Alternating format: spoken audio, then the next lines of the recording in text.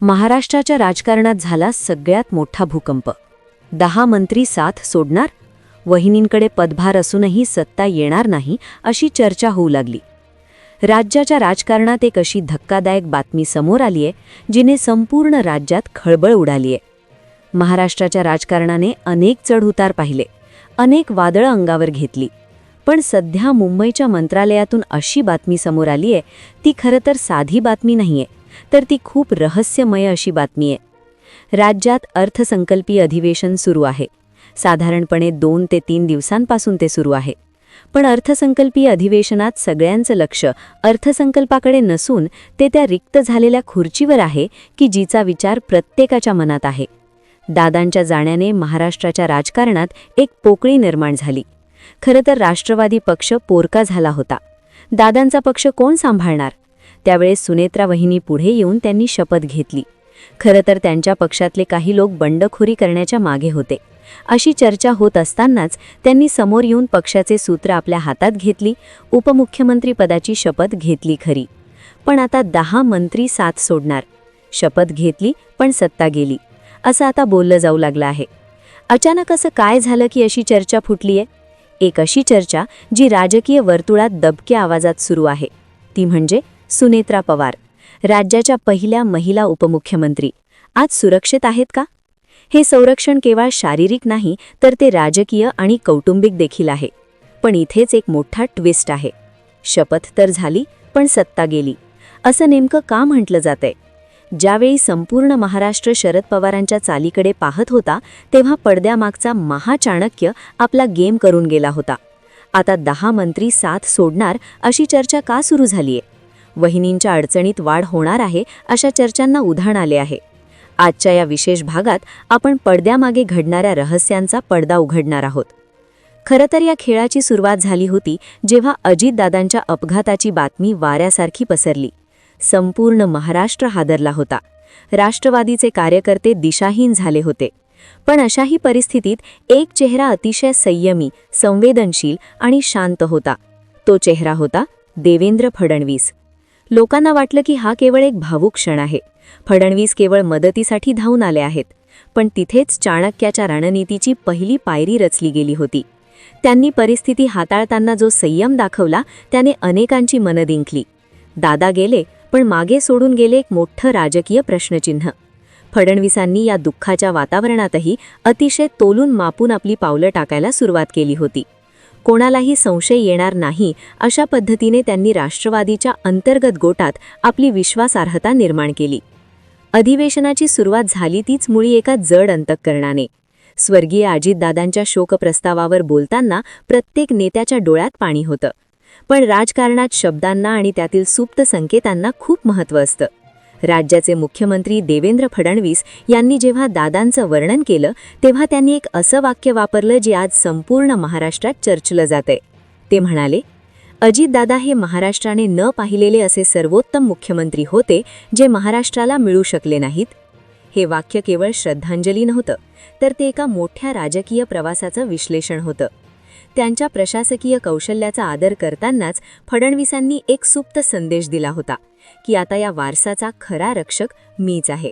हे बोलत असताना त्यांच्या आवाजातील जडपणा आणि चेहऱ्यावरील गांभीर्य पाहून कोणालाही वाटलं नसेल की याच शब्दांच्या मागे राष्ट्रवादीला सॉफ्ट टार्गेट बनवण्याची योजना दडलेली आहे. दादांच्या पश्चात सुनेत्रा वहिनींना राज्याच्या पहिल्या महिला उपमुख्यमंत्री म्हणून शपथ देण्यात आली.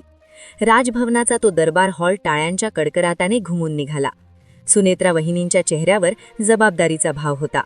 पण याच शपथविधीच्या मागे एक गुपित ट्रॅप रचला गेला होता. वहिनींनी उपमुख्यमंत्री पदाची शपथ तर घेतली, पण सत्तेच्या चाव्या त्यांच्या हातात आल्या का? सूत्रांकडून मिळालेली माहिती धक्कादायक आहे. वहिनींना शपथ दिली गेली जेणेकरून जनतेची सहानुभूती मिळेल, पण प्रशासकीय निर्णयांचे सर्व अधिकार हळूहळू फडणवीसांकडे वळवण्यात आले. शपथ झाली पण सत्ता गेली. हे ब्रीदवाक्य इथूनच सार्थ ठरायला लागलं आहे. आज सुनेत्रा वहिनी खुर्चीवर आहेत, पण त्या खुर्चीला असणारी ताकद सागर बंगल्यावरून नियंत्रित केली जात आहे. कोणालाही काही कळण्याआतच फडणवीसांनी सुनेत्रा वहिनींना एका अशा चौकटीत बंद केलं जिथे त्या केवळ एक प्रोटोकॉल चेहरा बनून राहिल्या. विधिमंडळातील सोहळ्यानंतर वर्लीच्या NSCI डोम सभागृहात एक भव्य शोकसभा झाली. मुकेश अंबानी, गौतम अदानीसारखे दिग्गज तिथे होते. या गर्दीत सुनेत्रा वहिनी शांत होत्या. पण या सभेच्या आड कोणाचेही लक्ष नसताना काही गुप्त मोहरे फिरवले जात होते.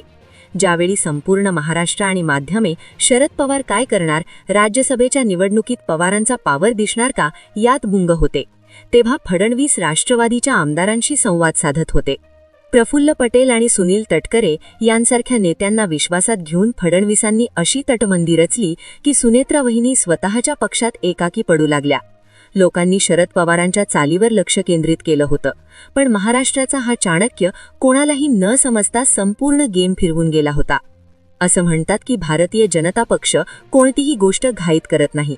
त्यांची तयारी 3 ते 4 वर्ष आधीपासून सुरू असते. सध्या भाजपला स्वतःच्या बळावर बहुमत नाही, त्यांना मित्रपक्षांचा आधार घ्यावा लागतोय. पण 100% भाजपचा नारा देणारा हा पक्ष 2029च्या तयारीला आत्तापासूनच लागला आहे. अजितदादांचा तो अपघात ही एक दुर्दैवी घटना होती, पण राजकीयदृष्ट्या तो एक असा वळणबिंदू ठरला ज्याचा फायदा फडणवीसांनी अतिशय हुशारीने घेतला. दादांच्या निधनानंतर अर्थमंत्रीपद आता देवेंद्र फडणवीसांकडे आलं आहे. ते पद केवळ खातं नव्हतं, तर तो राष्ट्रवादीचा कणा होता. तो कणाच आता फडणवीसांच्या ताब्यात आला आहे. वहिनींकडे उपमुख्यमंत्रीपद असूनही निधी वाटपाचे आणि तिजोरीचे अधिकार मात्र फडणवीसांकडे आहेत. हाच तो एक्का आहे जो फडणवीसांनी योग्य वेळी बाहेर काढला. आज राष्ट्रवादीच्या 40 आमदारांपैकी कमीत कमी 17 ते 18 आमदारांच्या मनात प्रचंड अस्वस्थता आहे. त्यांना आपल्या राजकीय भवितव्याची चिंता वाटतेय. या अस्वस्थतेचा फायदा घेऊन फडणवीसांनी राष्ट्रवादीच्या गोटात अशी परिस्थिती निर्माण केली आहे की आमदार आता सुनेत्रा वहिनींकडे जाण्याऐवजी फडणवीसांच्या सल्ल्याची वाट पाहत आहेत. सुनेत्रा वहिनींना अतिशय पद्धतशीरपणे विक्टिम म्हणजेच बळी बनवण्यात आला आहे. त्यांच्याकडे पद आहे पण अधिकार नाहीत. त्यांच्याकडे पक्ष आहे पण नेतृत्व करण्याची मोकळीक नाही. राष्ट्रवादीचे 2 बडे नेते प्रफुल्ल पटेल आणि सुनील तटकरे यांनी आपली पुढची चाल ठरवली आहे. पटेलांना दिल्लीत मंत्रिपद हवंय, तर तटकऱ्यांना आपल्या मुलाबाळाचं भवितव्य घडवायचं आहे.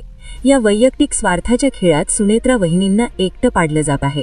सत्तेच्या सारीपाटावर त्यांना ढाल म्हणून वापरलं जात आहे, पण तलवार मात्र दुसऱ्यांच्याच हातात आहे. कथेत आता एक नवीन वळण येत आहे.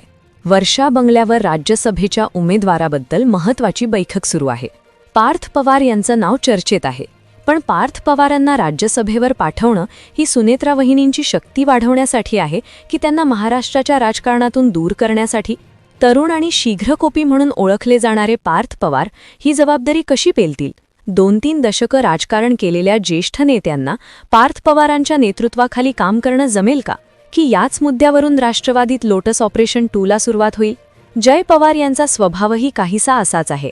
अशावेळी कुटुंबातील ही राजकीय महत्वाकांक्षा सुनेत्रा पवारांसाठी वरदान ठरेल की शाप, हे पाहणं महत्त्वाचं आहे. फडणवीसांनी या कौटुंबिक महत्वाकांक्षेला सुद्धा आपल्या रणनीतीचा भाग बनवला आहे. महाराष्ट्राच्या राजकारणात ऑपरेशन लोटस हा शब्द आता नवा राहिलेला नाही, पण आता चर्चा आहे ती लोटस 2ची. राष्ट्रवादीच्या आमदारांमध्ये जी अस्वस्थता आहे ती पाहता भाजपला पुन्हा एकदा आपली ताकद वाढवण्याची संधी मिळतेय का?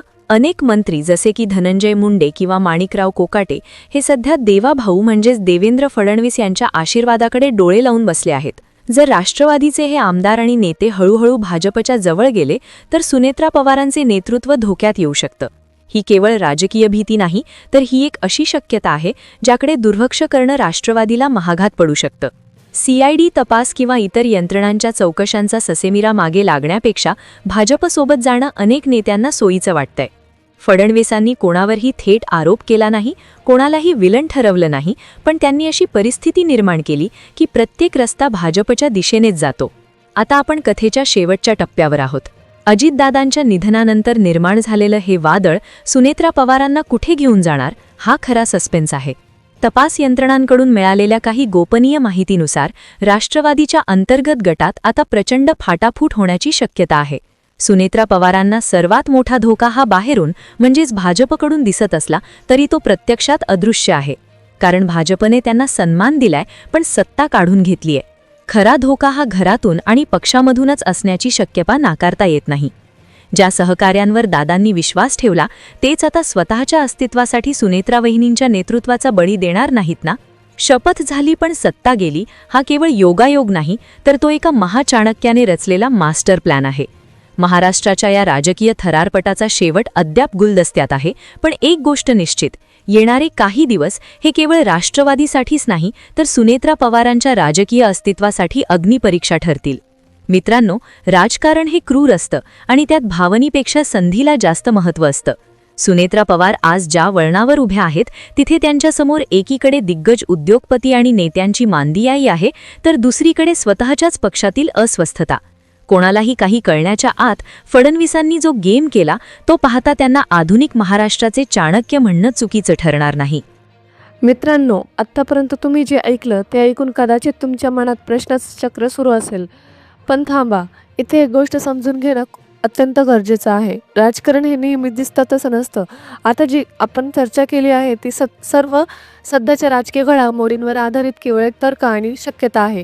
आम्ही इथे कोणताही दावा करत नाही असंच घडणार आहे. महाराष्ट्राच्या मातीत राजकारण इतकं अनपेक्षित आहे की कालचा शत्रू आज मित्र होतो आणि आजचा मित्र उद्या स्पर्धक. पण या सगळ्या चर्चेत एक महत्त्वाचा मुद्दा राहतो, तो म्हणजे जनतेचा कौल. पहा, जेव्हा आपण म्हणतो की शपथ झाली पण सत्ता गेली, तेव्हा त्याचा अर्थ असाही असू शकतो की प्रशासकीय पकड कुणाची मजबूत आहे. देवेंद्र फडणवीस यांच्या प्रशासनावरचा वचक सर्वश्रुत आहे, तर दुसरीकडे अजितदादांनी उभा केलेला कार्यकर्त्यांचा संच आजही सुनेत्रा वहिनींच्या पाठीशी ठाम उभा आहे का, हा खरा प्रश्न आहे. तुम्हाला काय वाटतं, राष्ट्रवादी काँग्रेसचे आमदार खरंच सुनेत्रा वहिनींची साथ सोडतील की ही केवळ विरोधकांची आणि राजकीय विश्लेषकांची पसरवलेली एक वावडी आहे? तुम्हाला काय वाटतं, या परिस्थितीत शरद पवार हे गप्प बसतील का? तुमचे जे काही मत असेल ते खाली कमेंटमध्ये नक्की सांगा.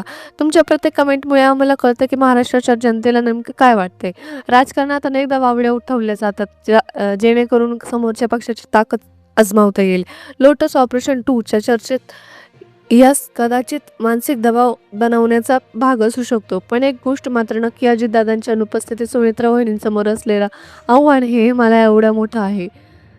त्यांना केवळ बाहेरच्या शत्रूंशी नाही तर पक्षांतर्गत असलेल्या महत्त्वाकांक्षांशी सुद्धा लढावं लागत आहे. शेवटी हा व्हिडिओ बनवण्यामागचा आमचा उद्देश तुमच्या राजकारणातल्या या दुसर बाजूची ओळख करून देणं हाच होता. हे केवळ एक विश्लेषण आहे. या तथ्य किती आणि अफवा किती हे येणारा काळच ठरवेल. पण तोपर्यंत अफवांवर विश्वास ठेवण्यापेक्षा वास्तुस्थिती तपासून पाहणं कधीही चांगलं. जर तुम्हाला हे विश्लेषण आवडलं असेल तर व्हिडिओला लाईक करा आणि अशाच सखोल राजकीय घडामोडींसाठी आपल्या चॅनलला सबस्क्राईब करायला विसरू नका. तुमचं एक सबस्क्रिप्शन आम्हाला अधिक माहिती शोधण्यासाठी प्रोत्साहन देतं. पुन्हा भेटूया महाराष्ट्राच्या राजकारणातल्या अशाच एका नवनवीन आणि रहस्यमय वळणावर.